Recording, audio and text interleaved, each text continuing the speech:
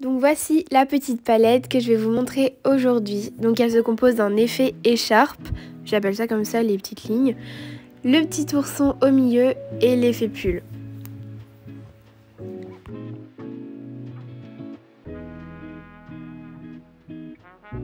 Donc je vais vous présenter les petits ustensiles que j'utilise.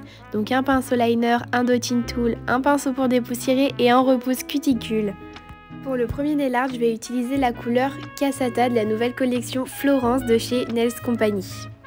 J'applique une première couche assez fine pour pas avoir de bulles. Là j'ai vu qu'il y avait une petite poussière, donc je viens l'enlever délicatement avec mon repousse cuticule. Je viens ensuite appliquer la deuxième couche pour beaucoup plus d'opacité.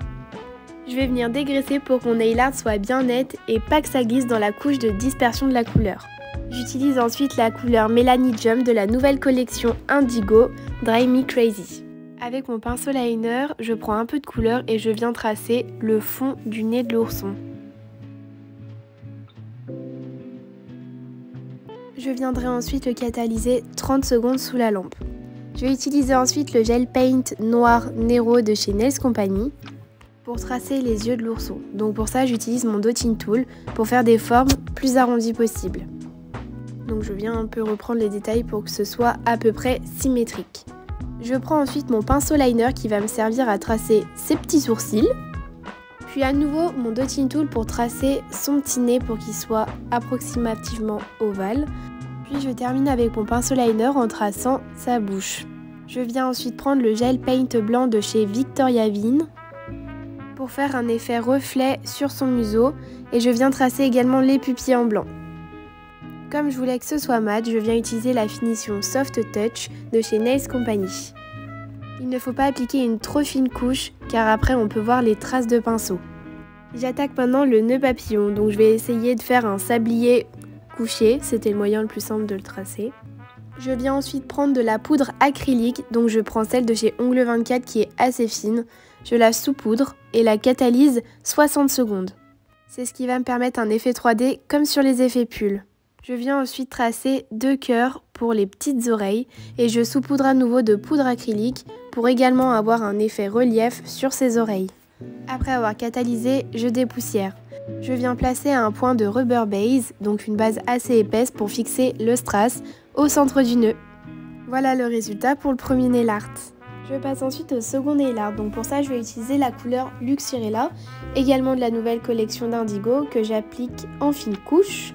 Je viens la catalyser 60 secondes, puis dégraisse pour enlever la couche de dispersion pour que les lignes soient bien nettes. Je trace une bande assez large, donc avec la couleur de tout à l'heure, c'est-à-dire la Cassata de chez Nails Company, puis une ligne un peu plus fine sur le haut. Après avoir catalysé 30 secondes, je viens passer une seconde couche car ce n'était pas assez opaque à mon goût. Je viens ensuite prendre le gel paint toujours de chez Nails Company et tracer 2 lignes.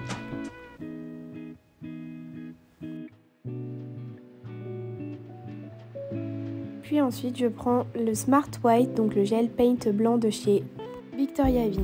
Une fois catalysé 60 secondes, je dégraisse le tout à nouveau. Puis je viens tracer une ligne perpendiculaire. Je trouvais que le bout n'était pas assez droit, donc pas de souci, je passe un coup de cleaner et je retrace. Tant que ce n'est pas catalysé, on a encore possibilité de modifier. Puis je reprends mon noir pour tracer la dernière ligne. J'applique la finition mat de chez Nails Company, puis je catalyse 60 secondes. Et voilà pour l'effet écharpe. Passons maintenant au dernier nail art, donc l'effet pull. Je reprends à nouveau la couleur Luxurella que j'applique en une couche seulement car elle est assez opaque. Puis la finition pour un effet mat. J'ai choisi de faire l'effet pull différent du fond. Je viens donc prendre la couleur Melanie Jump, toujours de chez Indigo. Puis tracer des lignes latérales, puis des espèces de petits S au centre. Sur les côtés, je viens tracer des petits points, donc rien de plus simple, je prends mon dotting tool et je les trace. Je vais ensuite appliquer la poudre acrylique de chez Ongle 24 pour créer l'effet 3D. Je catalyse bien 60 secondes, puis je viens dépoussiérer. Hors caméra, j'ai aussi décidé de faire un ongle avec un cœur, donc en bas j'ai utilisé le Cassata de chez Nails Company et le cœur avec le Melanie Jump de chez Indigo. Et je vous laisse avec le résultat.